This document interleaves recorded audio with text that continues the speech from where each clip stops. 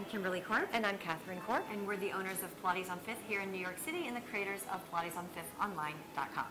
Today we're here to talk to you about the myth of levels. Yes. Because everybody in New York is advanced. You may not know that, You but may they not are. know, but so if you're a studio owner or a Pilates practitioner, we hope this is very helpful for you, because a lower level class does not mean an easy class, and a hard class, an advanced class, doesn't mean you're going to get a better workout because it's advanced. Per se. Yeah. So, as you know, with Pilates, there's a lot of technique and a lot of choreography, and if you don't know the choreography, then you can't get the most out of a workout. It's just the simple fact. So we have a little example that we're going to show you. Yes. I, Catherine, I'm going to play the role of someone who's fit but may not have done Pilates before. So let's say she comes to the studio and she says, well, I want to take the advanced class.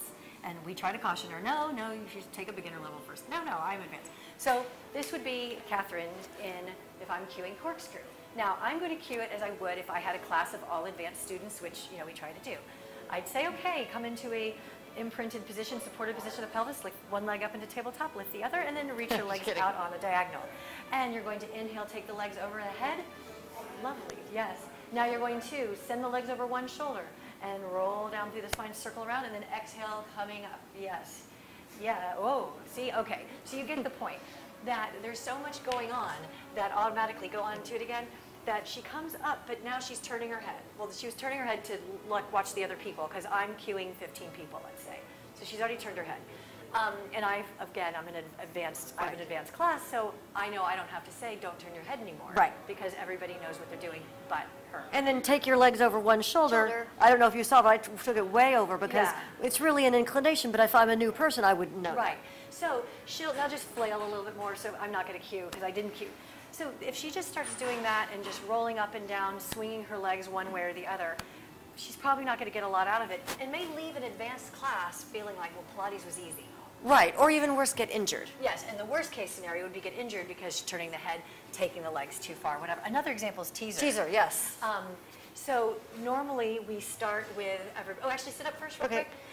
If we're progressing a client, we start with half roll back, so sit up nice and tall. So we'd start with a nice half roll back, right? Then we would teach them to roll back all the way. Then we would teach the roll up. I'm not going to make you do the roll up unless you want to. Yeah. And we do roll up. So there are so many exercises that come before teaser that really give you the foundations for doing teaser correctly.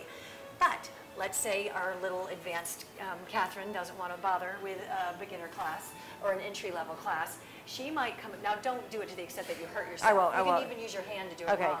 But if you come up without lifting, you can strain your back right there. I don't know if you saw, but she almost went into a bit of extension. Right.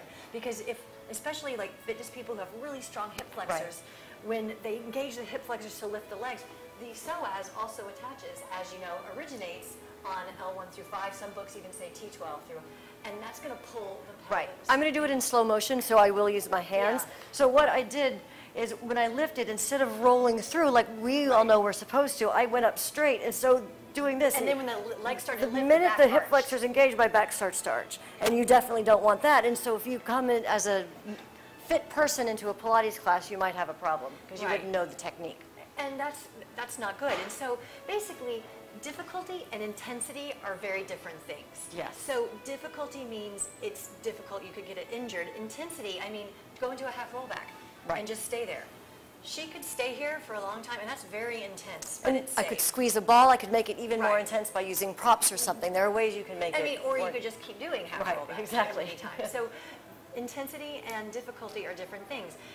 Let's think of another thing would be just a typical fitness class that's popular, say spinning. Well, spinning will be very, very intense, but most of us learned to ride a bike when we were kids. Right. So for difficulty level, it'll be difficult if you crank up the tension, but that's actually intensity more than it is difficulty, because the act of pedaling doesn't require any greater knowledge than that which you learned when you were a child and first learned to ride a bicycle. Right. Let's look at it this way. If we all were going to go take a karate or a taekwondo class, just because we're all fit with Pilates and, hey, we're Rockettes, we know how to kick, we wouldn't go to a class with red belts. We would start with the white belts and progress to learn the technique properly. And that's kind of what we want everyone to do with Pilates as well. Yes, but another caveat with fitness programs, when I said it's something that you learned and can do as a kid, there is a popular series out there, let's stand up so we can show it, that takes movements that everyone already knows how to do, or pretty much knows how to do in some combination and strings them together, and we get a lot of clients that get injured doing this. So Catherine's going to show a burpee right, a burpee, I love that name, and then you're going to show it wrong. Jump, and I forgot the push-up. she forgot the push-up, but pretend it was there. But now in slow motion, so everybody pretty much can do that. That doesn't require a vast knowledge of choreography. It doesn't require a amount of technique. Well, it does, but people think, oh, I can do that. But here's what happens. I'm going to do it slowly so I don't hurt myself. They come down here, which is fine, but then when the legs come out, that happens. Yes. And then they see how my shoulders are way over my wrist. If I try to do a push-up from there, it's in this position, that's horrible. So what you really want to do is you want to make sure your shoulders are just over your wrist, and then you do your push-up however you do it from there. Right. So it's all about when you pick the levels, you need to pick the class that you know you're going to get the best workout. Because if you work with intensity, you're going to get a great workout in any class. You can just work deeper. You can use a lower level class to focus on little technique-y things that you may need.